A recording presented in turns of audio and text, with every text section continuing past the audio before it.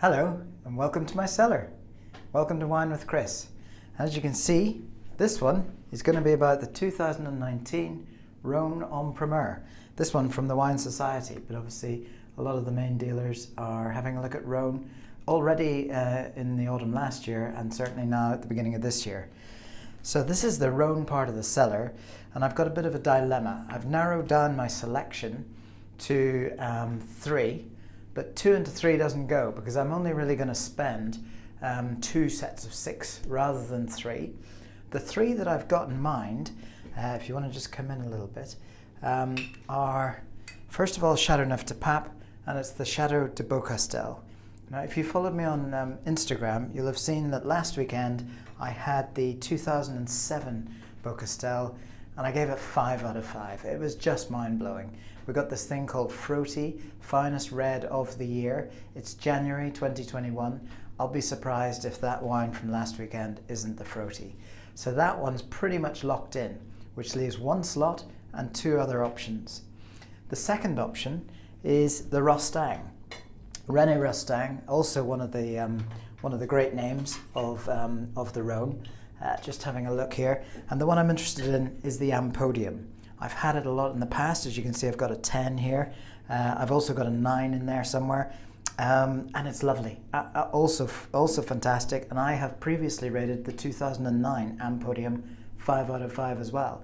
Just in case you think I'm a bit light on the rating, I've only, out of 200 or 300 wines that I've rated on Vivino, I've only given, I think, fewer than 15 5 out of 5. So that's a sensational wine.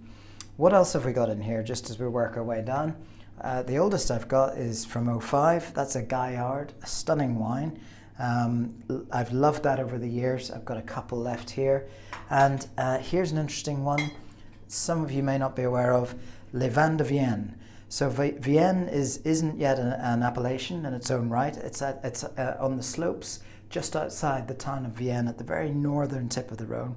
Fantastic heritage here. Quiron, Veillard and Gaillard. 3 great names, and they've reclaimed old Roman vines on the steep slopes above Vienne and started to plant up Syrah again. So, and the reason I like this wine is that I've actually visited it way back in 2006, I think, maybe 7, and it was a Portakabin. They're just starting out. I'm sure it's much more established now. Working our way down, we've got some Delas there. Saint Cosme. Saint Cosme is famous for its, that's the Côte Rôtie. Its best wine is probably its Gigondas, which I've also got in there, but that's the Côte Rôtie. It's a funny tasting thing, the Gigondas Côte Rôtie, almost unique in flavour. There's the Gigondas, cracking wine if you can get some of that, and not particularly expensive for the standard one. There is, with all of these things, the higher level one. Not too much Châteauneuf de Pape, but just these guys up here. We've got some Telegraph, some Beaucastel, 1 bottle of Clos de Pape. That'll stay here for a while. That's a very special bottle. And working our way down, the rest of this is really Northern Rhone, and we soon hit these 2 rows down here, and this is our third option of the 3. Is it going to be the Alain Vosges Cornas? So the Alain Vosges is probably, of the 3, the one that's closest to my heart. You can look at my previous video, just the second video on the channel towards the end of 2020, when I actually tasted the Alain Vosges 2011, and this is the last bottle that I have. The interesting thing, or the sad thing about that, was the cork came out in 4 pieces. I rated the wine 4.5 out of 5 on Vivino, but I think there's a little bit of negative bottle variation because I've had that many times in the past and it's just blown me away and become my favourite. So to recap, is it going to be the Alain Vosges, is it going to be the Ampodium, or is it going to be the Beaucastel? Which of those 2 will come out of the 3? Final test of the day, having tasted the Alain Vosges back in December, tasted the Beaucastel last weekend, is going to be to open up a bottle of the Ampodium 2009. This is deep due diligence. It's a shame to have to rip through the bottles just to see about buying more, but hey, it's absolutely gorgeous at this time of year to be having a Saturday night bottle of Rhone. So we'll take this upstairs into the tasting room and we'll see if it's going to make the final cut or whether we're going to go with the Vosges and the Beaucastel. Okay, welcome to the tasting room. We've come upstairs.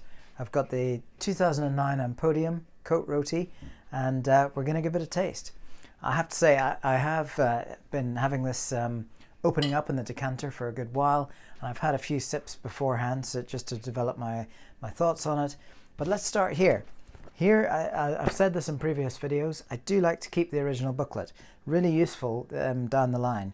And 2019 Rhone, this en primeur from the Wine Society. Listen to this.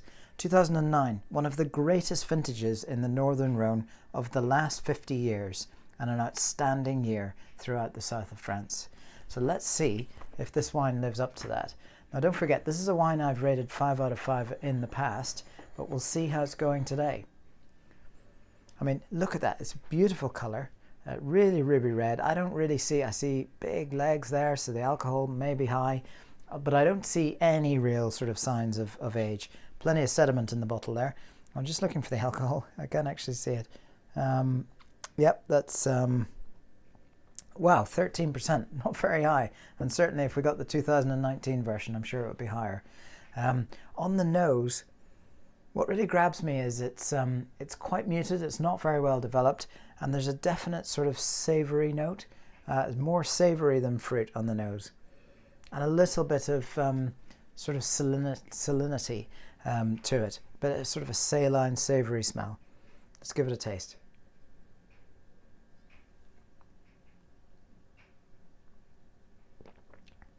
Yeah, it's a really interesting wine, this. Some of the Cote Rotis are just classic. They're very smooth, they're very well balanced, and even though they're wonderful wines, they're very easy to drink. Then you've got others like the Saint Cosme that I mentioned down in the cellar, and they're just so tightly bound and tightly wound, and you just wonder what's going on here. They're almost unique in their flavour. Today, this wine is more in that camp than in the easy camp. It's definitely got balance and smoothness, but there's something going on. It's almost a saltiness. It almost tastes like the sea. I know Rhone's nowhere near the sea, but I think it used to actually be a sea probably a few million years ago, so probably not tasting that.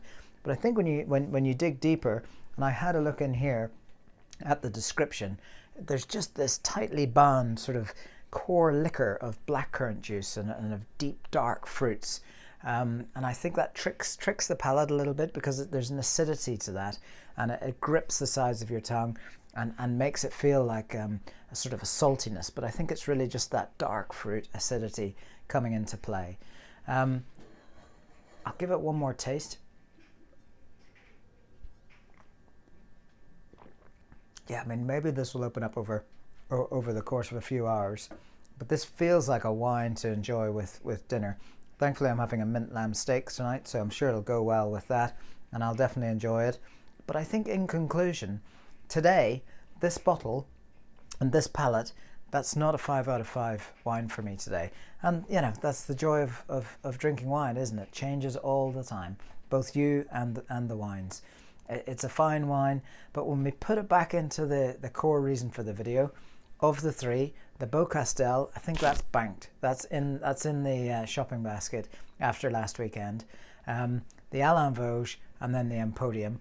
And I think the tipping point here, having tasted that isn't a sort of, I don't care, I'm getting it.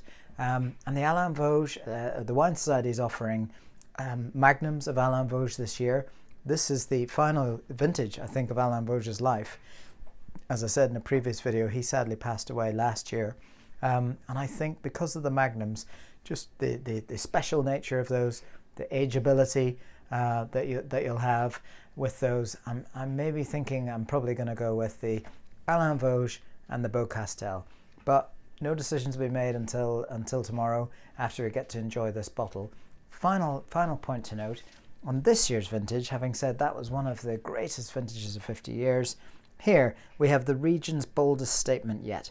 A vintage of panache, brilliance and exuberance on an epic scale, with exceptional wines from all areas.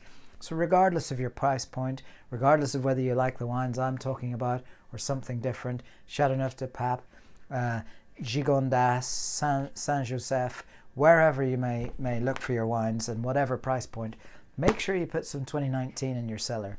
Your future self will thank you for it, without doubt. Meanwhile, thanks for watching. Enjoy wine tasting. We'll see you again soon.